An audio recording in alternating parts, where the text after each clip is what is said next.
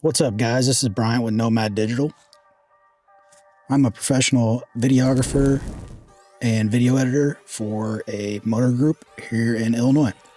Today, I'm going to walk you through some of my motion graphics workflow, making an advertisement for work. We're going to go over compositing in Davinci Resolve Fusion. I'm using the studio version, but you can do all of this with the free version as well. We're going to cover taking a flat vector logo and making it 3D. We're going to go over particle systems. I'm going to make some snow and some basic text animation and some masking transitions. I'm also going to be in Photoshop a little bit, masking out a unit. I'm going to be a lot of masking in this video.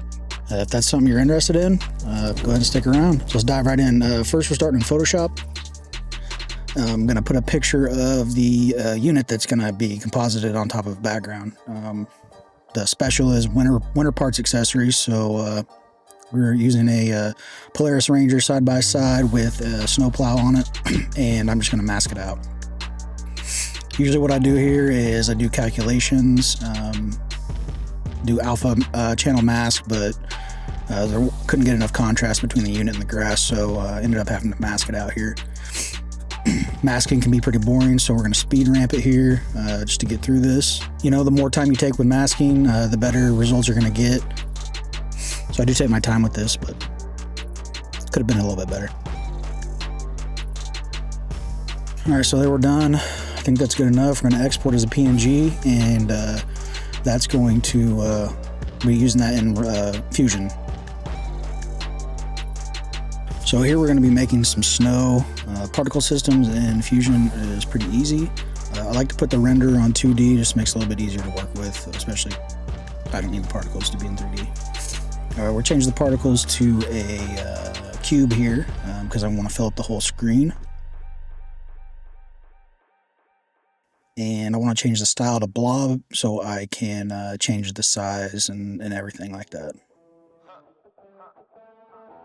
Welcome to forever, man. Let's go. Come on. This forever. No surrender. Yeah. You can just play around with these numbers. You're not going to hurt anything.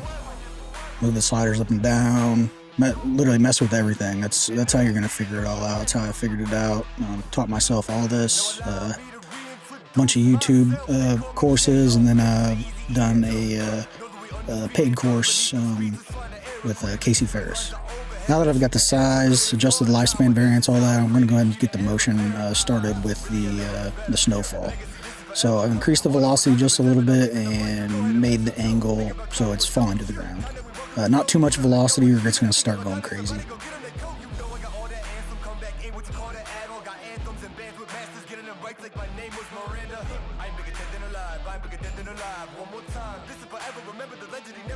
Next, we're going to use a P turbulence. That's going to make the particles move on the X, Y, and Z axis. The default is pretty strong, so I like to turn it down about halfway. Especially for this, I just want a little bit of movement for the snow. Then I'm going to do P directional force because I want to create a little bit more movement with the fall. This also default is too strong for snow or dust or anything like that, so turn it down to almost 0. I just want like a light snowfall. And that's it. We're going to merge it over the background, turn the alpha down, export, and that'll be put into our Fusion composition. All right, now we're going to cover my workflow for the making a flat vector 3D. So I have basically a cheat sheet up on my other screen. There's a lot of steps here. I don't want to mess anything up, so what we're doing is we're putting the media in 1, which is our logo, and adding a brightness contrast node. Make sure we do pre-divide post multiply so the alpha stays the alpha, and we're turning the lift all the way up so it's white. Basically, we're using a vector snapshot script through Reactor. to make this happen. So to do this, you have to download Reactor. It's free. I'll have a link in the description. If you guys need help getting that installed, just let me know. But make sure we have window 1 selected. Click on it. Go into Fusion, Scripts, and Vector Snapshot. It's going to give you a BMP and an SVG. This step is kind of iffy, and you'll see here in just a little bit why and my kind of workaround for that.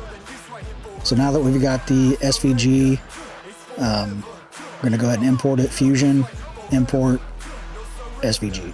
All right, we're going to open up the group now that the SVG is in there, and we're going to delete all the background and merge nodes because we only need the mask data. That's it.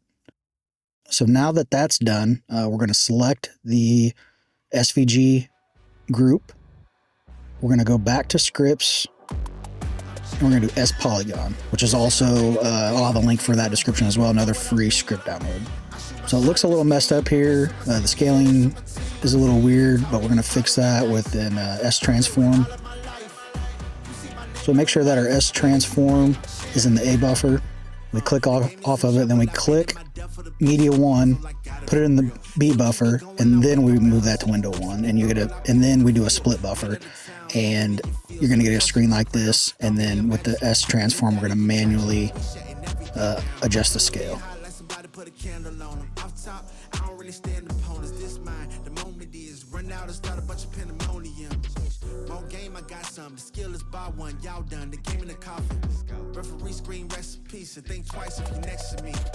All right, next we need to remove all of the cutout masks. So you see when I click on it, I'm looking for the cutouts of the letters.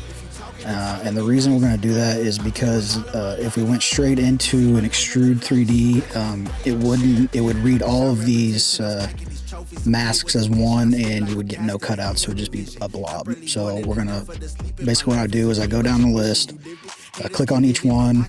If it's a cutout mask, I move it to the side, highlight them all, and then hold shift and break the node chain. Then I just move them over just so it's a little bit more organized. Now we need a second merge for the cutouts, so another S merge, connect them all to the merge. The next step is we're going to have to use an sPolygon node. Basically what we're going to do is we're going to change the operation in the sPolygon to subtract, and then connect the second merge to the cutout masks. You can see in my first view over here how it removes the cutouts. So that's what we need to do to be able to extrude this properly to make it 3D. Bam, just like that. Easy peasy. So now that that's done, I'm going to increase the extrusion depth, bevel depth, and bevel width. Most of the time this worked properly, but if we take the original media in and merge it over the extrusion 3D, it will be on the face, but you can see how it gets kind of messed up, and this has already happened before, so I already knew the quick fix for it. But basically all we're going to do is we're going to create an image plane with the original image, and that node is on the far left of the 3D nodes. Put that in there, put the image plane into the I tried to put it in the extrude, I don't know why, but you have to put it into a merge 3D. Put that in the merge 3D, click on the image plane node, and you just move it so it's just barely over the face. And later I'm going to animate this so it's spinning, so I'm going to make a second copy and put it on the back. So just copy both of those, put it in, and do the same thing just on the back side.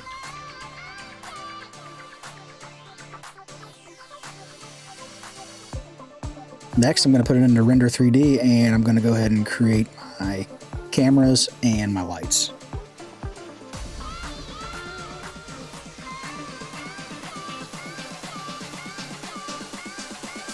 For this, I'm using a spotlight in the front and a directional light in the back, just some basic lighting, but you can light it however you want.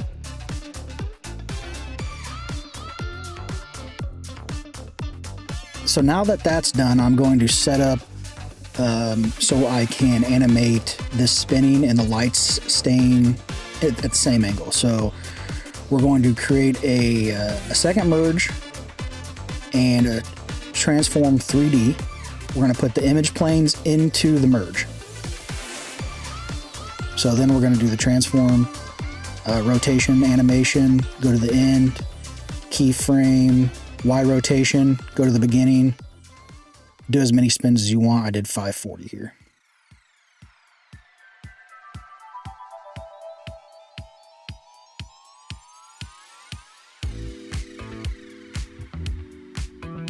And this is kind of what it looks like.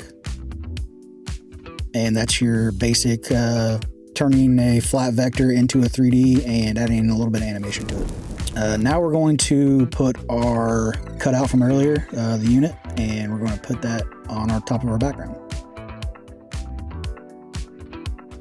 So we're going to adjust the brightness, contrast, color correction. Of course, we just want to match the scene since we're compositing.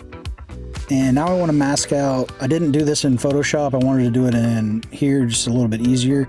But what I'm going to do is I'm going to mask out all of the windows so I can see through the background and then create a tint. So it just looks like the windows are still tinted. You can't really notice a difference here.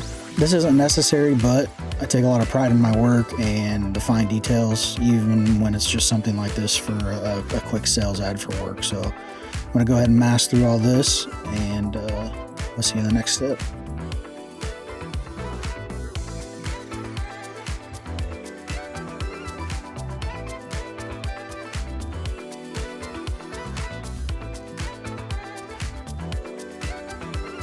Creating the background now, so I brought a background node in. I've used an eyedropper to get the color of the window, and then I'm going to merge that behind the unit. And here I'm like, I can't figure out why it's not behind, and then stuff like this will happen a lot. I realized that my nodes are back. I've got the background and the foreground and everything, the unit and everything behind it, as you can tell with the green and yellow nodes. That was a quick fix. Bam, there we go. And then now I'm gonna create a polygon mask on the background itself to just mask out so it is only showing over the windows, like this.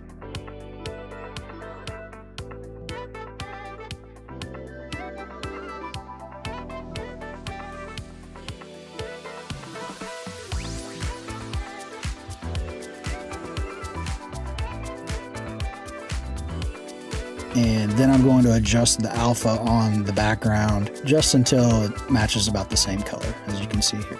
And now I can see through the background. All right, so we're gonna do some text in here, call us for your winter accessory needs. So we're using the text plus, and we're gonna use the follower animation, which is pretty cool, almost like typewriter type automatic effect. Oh, also here I'm adding the lens distort to the background just because I think it kind of looks cool.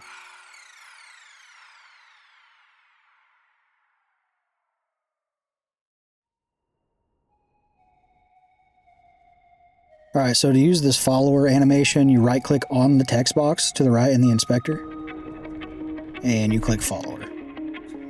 And how to animate it is you click on modifiers at the top, shading, and opacity is what we're going to be animating. So how we're going to do this is by keyframing the opacity. So I've keyframed my opacity at 0. I've gone to where I want it revealed. Move the opacity up. And then we're going to go to timing, delay, turn that up till you get the desired effect.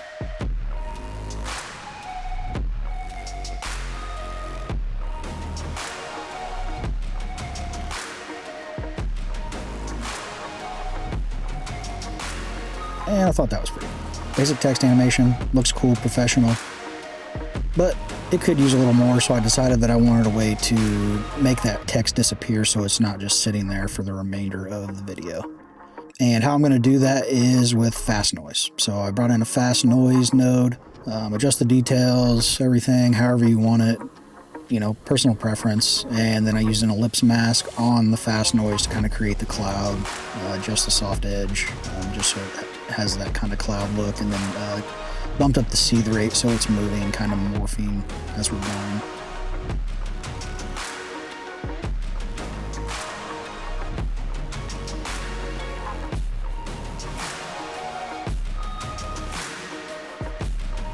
But now I want to mask out the text as the cloud is going over to get rid of the text. So I've created an ellipse mask.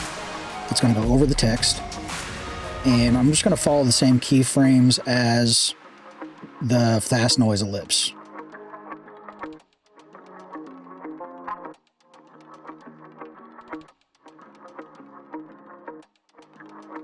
You can kind of see how that works there. And I've done that for both of my text nodes. And that's it. Here's the finished product. I hope you like it. Like, subscribe. I post a lot of different stuff on the channel. I'm just kind of now getting into where I'm going to start posting more. I'm going to record a lot of my projects at work because of stuff like this, or cinematic videos, whatever. I'm not an expert at this. I've been doing it for a few years. I love to help, and I may not do things the way they're actually supposed to be done, but I know how to make it work, and I feel like people shouldn't be discouraged from trying this stuff because, one, they might not be able to figure out how to do it from one of the other creators, but here you can see that if you just mess with it enough, you're going to get a good, solid finished product.